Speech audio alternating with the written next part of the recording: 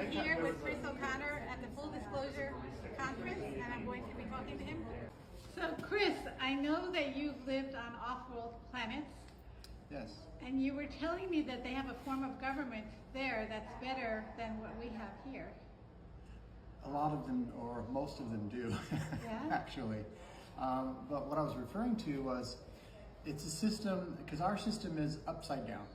The people at the top are telling everybody below them what to do, and they have the power. The way it works on other planets, I don't really know what it's called. I don't recall what they call it, but I kind of refer to it as the councils. And it begins with everybody's neighborhood.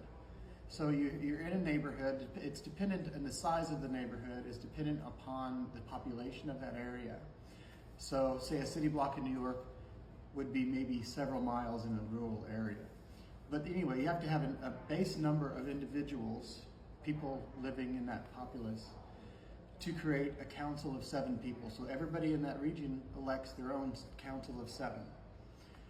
And then 7 of those councils, or not 7 of those councils, but all of those councils in a larger region elect 7 people, 1 from each of those councils, to be a council of 7.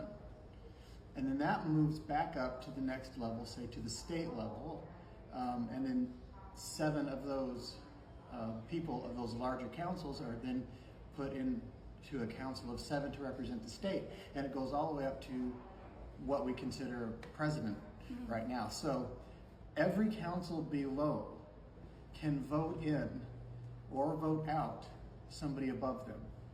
So the council has to agree unanimously, generally unanimously, to basically bring in those councils, and there's no term limits. So you can be voted in or out. There's no age restriction as long as you're competent and capable. You can stay in your entire life as long as people below you are liking what you do to represent them. So it's just a series of councils. So the person at the very top, that we would think so, is really the one that has the least amount of power. And how often do they have elections? There's no set of election. You know, it's like they set up the councils to begin. So it's a bit of a rough start. It takes a while to get used to this process. But they start the process at the beginning, and then at any time, if the councils below you are unhappy with your performance, or you do something that's wrong, you're elected out. So there are no 4-term limits, so that every year you have to vote someone in or out. That doesn't work that way. So this prevents corruption and...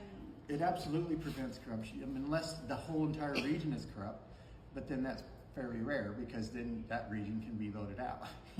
So. And this is in most of other planets that you've seen? Well, the ones I'm familiar with have something similar to this.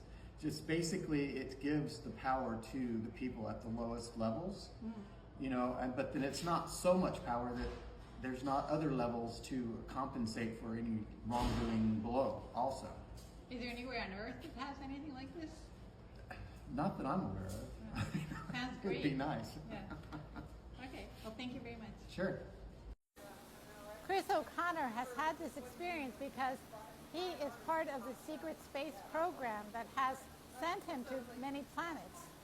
I'll put his contact information below so you can reach him if you have more questions.